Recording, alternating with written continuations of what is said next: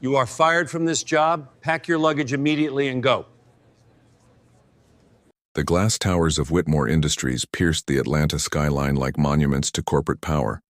Inside the executive boardroom on the 42nd floor, the afternoon sun cast long shadows across the mahogany table, where Richard Whitmore held court. The air smelled of expensive cologne and fresh leather, a testament to the wealth that dripped from every corner of the room. Richard Whitmore, CEO and majority shareholder, stood at the head of the table, his silver hair perfectly coiffed, his $10,000 suit pristine. Around him sat his executive team, 12 white faces nodding in synchronized agreement as he spoke about quarterly projections. The only splash of color in the room came from the fresh orchids on the credenza, flown in weekly from Thailand. "Gentlemen," Whitmore said, his voice carrying the weight of unquestioned authority, "excellence isn't just our standard, it's our identity. And that means every single person who represents this company must embody that excellence." Through the floor-to-ceiling windows, the city sprawled below, but up here in this ivory tower, Richard Whitmore was king. His assistant knocked softly and entered. "Mr. Whitmore, your driver is ready whenever you are." A flash of irritation crossed his face. "Tell him to wait. And Jennifer? Make sure HR sends me those personnel files I requested, the ones about our transportation department." The tension in the room shifted slightly. Everyone knew Whitmore had been restructuring lately, his euphemism for finding reasons to terminate employees he deemed unsuitable for the company image. As the meeting continued, none of them could have imagined that within 72 hours, this very boardroom would witness a revelation that would bring their untouchable CEO to his knees. 3 floors underground, in the parking garage that served as the building's foundation, Marcus Thompson carefully polished the black Lincoln Town car until it gleamed like obsidian. At 58 years old, Marcus moved with the deliberate grace of someone who had learned that dignity wasn't given, it was carried within. His hands, weathered but steady, had been holding steering wheels for 35 years. First it was taxicabs through college, then shuttle buses while raising his children, and for the past 12 years, he'd been the senior driver for Whitmore Industries. His uniform was always pressed to military precision, a habit from his Army days that he never shook. The small American flag pin on his lapel caught the fluorescent light as he worked. To most executives, Marcus was invisible, a pair of hands on a wheel, a silent presence in the front seat. They spoke freely in his car as if he were part of the upholstery, discussing million-dollar deals, affairs, and occasionally, their real opinions about people who looked like him. Marcus heard it all and said nothing, filing it away in the vast library of his mind where he kept his law degree from Howard University, the one nobody here knew about, the one he'd earned at night school while driving days to support his family. "Mr. Thompson," a young executive called out, walking briskly toward the car. It was James, one of the few who actually used his name. "Is Mr. Whitmore coming down soon?" "Should be any minute, Mr. James," Marcus replied, his voice carrying a warmth that seemed out of place in the cold garage. "How's that new baby of yours?" James's face lit up. "She's perfect, finally sleeping through the night." He paused, then added quietly, "Marcus, I heard Whitmore's been asking about the driver roster. Just be careful, okay?" Marcus nodded slowly, understanding passing between them. "Always am, son. Always am." That evening, Marcus sat at his modest dinner table in his apartment in Decatur, video calling his daughter Jasmine. She was in her second year of residency at Johns Hopkins, and despite the exhaustion evident in her eyes, she beamed when she saw her father. "Hey, Daddy, you eating actual food or just those sandwiches again?" Marcus chuckled, showing her his plate of baked chicken and green beans. "Your mother's recipes, baby girl. Still remember every one." "She'd be proud of you, you know," Jasmine said softly. It had been 3 years since cancer took Patricia, but the wound still felt fresh. "How's work?" "Same as always. Drive, listen, stay quiet."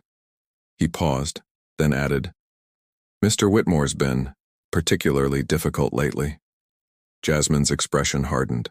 "Dad, you don't have to take his disrespect. You have options." "I know what I have," Marcus interrupted gently, "and I know what I'm doing. Sometimes, sweetheart, You got to play the long game. Your granddaddy taught me that when he was sharecropping. He put 7 kids through school by knowing when to speak and when to stay silent. Later that evening, Marcus's phone buzzed with a text from another driver, Deshaun. Heads up, M. Whitmore fired 3 of us today. All brothers. Says we're restructuring for efficiency. Marcus stared at the message, his jaw tightening. He walked to his closet and pushed aside his driver's uniforms to reveal a garment bag he hadn't opened in years. Inside hung a different kind of uniform, one that told a different story about who Marcus Thompson really was. Would you have stayed silent in Marcus's position, knowing what was coming? Or would you have spoken up right away? The next morning arrived gray and ominous, with storm clouds gathering over Atlanta. Marcus arrived at work an hour early, as always, but the garage felt different. Security guards who usually nodded in greeting avoided eye contact. The other black drivers huddled in corners, speaking in hushed tones. Marcus had just finished his morning inspection of the Lincoln when footsteps echoed through the garage. Expensive shoes on concrete, a sound he knew well. Richard Whitmore approached with Jennifer from HR and 2 security guards. Thompson, Whitmore said, not bothering with Mr., as he did with white employees. We need to talk. Marcus straightened slowly, folding his chamois cloth with deliberate precision. Yes, Mr. Whitmore? I've been reviewing our transportation department's performance metrics, Whitmore began, though his eyes never met Marcus's. We're implementing new standards, education requirements, presentation guidelines, communication benchmarks. Jennifer shifted uncomfortably beside him, clutching a manila folder. Marcus noticed her hands trembling slightly. I've been driving for this company for 12 years without a single incident, Marcus said evenly. My performance reviews have been exemplary. That was then, Whitmore snapped, his mask of corporate politeness slipping. The fact is, when clients see who's driving them, it affects our image. We need drivers who represent the caliber of this organization. The garage had gone silent. Other workers pretended to be busy, but everyone was listening. And I don't represent that caliber? Marcus asked, his voice steady as steel. Whitmore's face reddened. Don't make this about something it's not. You people always want to play that card. This is about standards, nothing more. You people, Marcus repeated softly, letting the words hang in the air like an accusation. Clean out your locker, Whitmore commanded, his voice rising. Security will escort you out. Your termination is effective immediately. The security guard stepped forward, but Marcus didn't move. Instead, he reached into his pocket, causing the guards to tense, and pulled out his phone. Before I go, Mr. Whitmore, might I ask what specific performance metric I failed to meet? You don't meet our new education standards, Whitmore said smugly. We require at least a bachelor's degree for all client-facing positions. Marcus smiled then, a smile that made Whitmore step back. I see. And this new requirement, it applies to all drivers? Of course. Including your nephew Tyler, who dropped out of community college? Or Peterson, who never went to college at all but happens to golf with you on Sundays? Whitmore's face turned purple. How dare you? How dare I what? Point out discrimination? Marcus's voice remained calm, but it carried a power that filled the garage. You've fired 7 black drivers in 2 weeks, all with perfect records, all with families to feed. Get out, Whitmore shouted. Get out before I have you arrested for trespassing. Jennifer stepped forward, her voice small. Mr. Whitmore, perhaps. We should— Shut up, he snarled at her. You're as useless as he is. Maybe you should be next. That's when Marcus pulled out a small recording device from his chest pocket. Thank you for that, Mr. Whitmore. That's definitely actionable. The color drained from Whitmore's face. You can't record without consent. Georgia is a one-party, consent state, Marcus said calmly. One thing you learn in law school, always know your local statutes. Law school? Jennifer gasped. Marcus reached into his jacket and pulled out a business card, not his driver's ID, but one that read, Marcus Thompson, attorney at law, Georgia Bar Association. The garage erupted in whispers. Security guards stepped back, unsure what to do. Whitmore stood frozen, his mouth opening and closing like a fish out of water. You see, Mr. Whitmore, Marcus continued, his voice carrying the authority of a man who had waited 12 years for this moment. "I've been documenting every racist comment, every discriminatory firing, every violation of federal employment law that's happened in this company.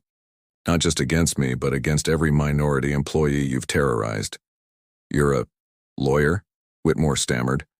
"Harvard Law, class of '89, Marcus confirmed. "Practiced for 10 years before my wife got sick. Driving paid better than public. Defending, and the hours let me take care of her. But I never let my bar certification lapse. Never stopped taking notes. Never stopped building a case." Whitmore tried to rally, his entitlement flaring. "You've been deceiving us. That's grounds for termination right there." "Where on my employment application did it ask about law degrees?" Marcus countered. "Where in my job description does it say I can't have education beyond what's required? You hired a driver. I drove. Excellently, according to my reviews." He turned to address the growing crowd of employees who had gathered. "But more importantly, I watched. I listened. I documented every time Mr. Whitmore here used racial slurs in what he thought was the privacy of his car. Every time he bragged about keeping those people out of management. Every time he violated Title VII of the Civil Rights Act." "You have no proof," Whitmore sputtered. Marcus pulled out his phone again. "Would you like me to play the recording from last Tuesday? When you told Mr. Harrison from the Dallas office that you'd never let another black face represent this company at the executive level? Or perhaps Thursday's conversation with your golf buddy about how you cleaned house in the driver pool?" The crowd gasped. Several people had their phones out, recording everything. That's illegal wiretapping." Whitmore tried desperately. "No, sir, I was the driver. I was part of the conversation by being present. One-party consent, remember? Every recording is admissible." Marcus turned to Jennifer from HR. "Ms. Jennifer, I believe you have documents in that folder about my termination. May I see the official reason?" With shaking hands, she showed him the paper. Marcus read it aloud. "Failure to meet company standards of professional presentation and communication." He laughed, a rich, deep sound. "Professional presentation. From the man who just told his HR director to shut up in front of 20 witnesses." The next sound that echoed through the garage was the ding of the elevator. The doors opened to reveal 3 people: an elderly black woman with a walking cane, a middle-aged white man in an expensive suit, and a younger black woman carrying a briefcase. "Mama," Marcus said, surprised. "What are you doing here?" The elderly woman, Judge Eunice Thompson, retired from the federal district court, walked forward with the dignity of someone who had spent 40 years upholding justice. "Got your message, son?" she said, then turned her sharp eyes on Whitmore. "Mr. Whitmore, I presume?" Whitmore's lawyer instincts kicked in. He recognized authority when he saw it. "Who are you?" "Judge Eunice Thompson, retired. Marcus's mother. Also the person who's been advising him on the class action lawsuit he's about to file against your company." The white man stepped forward. "Robert Steinberg & Associates. We're representing Mr. Thompson and 17 other terminated employees." The younger woman added, "Jasmine Thompson, employment law specialist. Also, Marcus Thompson's daughter." Whitmore's legs seemed to give out. He grabbed the hood of the Lincoln for support. Judge Thompson continued, "You see, Mr. Whitmore, my son could have been anything. Senator, federal prosecutor, corporate executive. He chose to drive because it kept him close to his dying wife. But he never stopped being a lawyer. Never stopped fighting for justice. He just chose to do it quietly, gathering evidence, building an airtight case." The boardroom that had been Whitmore's throne room was now a federal mediation chamber. 6 months had passed since that day in the garage. Whitmore sat at the same mahogany table, but now he was flanked by his legal team, facing Marcus, Judge Thompson, and the legal team representing 23 wrongfully terminated employees.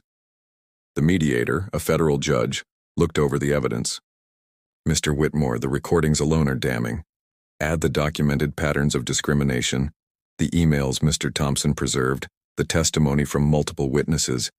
You're looking at damages that could bankrupt your company." Whitmore's lead attorney whispered urgently in his ear. Finally, Whitmore spoke, his voice barely above a whisper. What do they want? Marcus stood. Reinstatement for all terminated employees with back pay, a binding commitment to diversity hiring practices overseen by a federal monitor, and your resignation. My resignation? Whitmore's voice cracked. You poisoned this company with your hatred, Marcus said firmly. It ends now, Judge Thompson added, or we go to trial publicly. Every recording played in open court, every racist comment reported in the media. The room fell silent. Finally, Whitmore's attorney spoke. We'll agree to the terms. As papers were signed, Jennifer, now interim CEO after testifying as a whistleblower, approached Marcus. Why didn't you say something sooner? Why suffer in silence for so long? Marcus smiled sadly. Because sometimes, Ms. Jennifer, the system only changes when you have undeniable proof. I needed him to feel safe enough to reveal his true self. My silence wasn't weakness, it was strategy. Deshawn and the other drivers were there, tears in their eyes as they shook Marcus's hand. You saved our jobs, man. Our families. We saved them together, Marcus corrected. Every one of you who spoke up, who testified, who refused to be silenced. 6 months later, Marcus Thompson stood in the same garage, but everything had changed. The company had been restructured, with Jennifer as CEO implementing sweeping reforms. Marcus had been offered a position as Chief Diversity Officer but declined. Instead, he'd returned to practicing law full-time, specializing in employment discrimination cases. As he walked through the garage one last time, collecting his personal items, the current drivers, a diverse group of men and women, applauded. On the wall hung a new plaque, the Marcus Thompson Equal Opportunity Employment Center. His daughter Jasmine met him at his car, not the company Lincoln, but his own modest Honda. Dad, you could have had any position you wanted. Why leave? Marcus looked back at the building. Because my work here is done, baby girl. But there are other companies, other workers facing the same discrimination.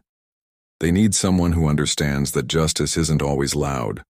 Sometimes it's quiet, patient, and strategic. As they drove away, Marcus thought about all those mornings he'd polished that Lincoln in silence, all those racist comments he'd endured with dignity, all those nights he'd transcribed recordings and built his case.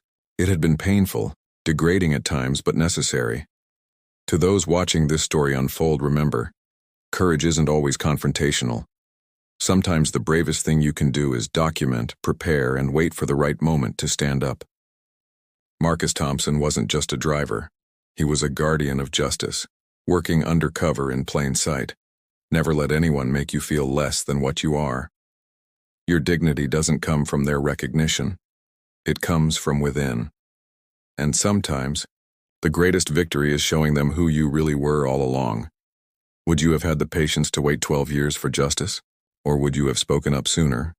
Share your thoughts below and remember, every one of us has the power to stand against discrimination, whether loudly or quietly, whether today or when the moment is right. Justice doesn't always come quickly, but when it comes prepared, it comes completely.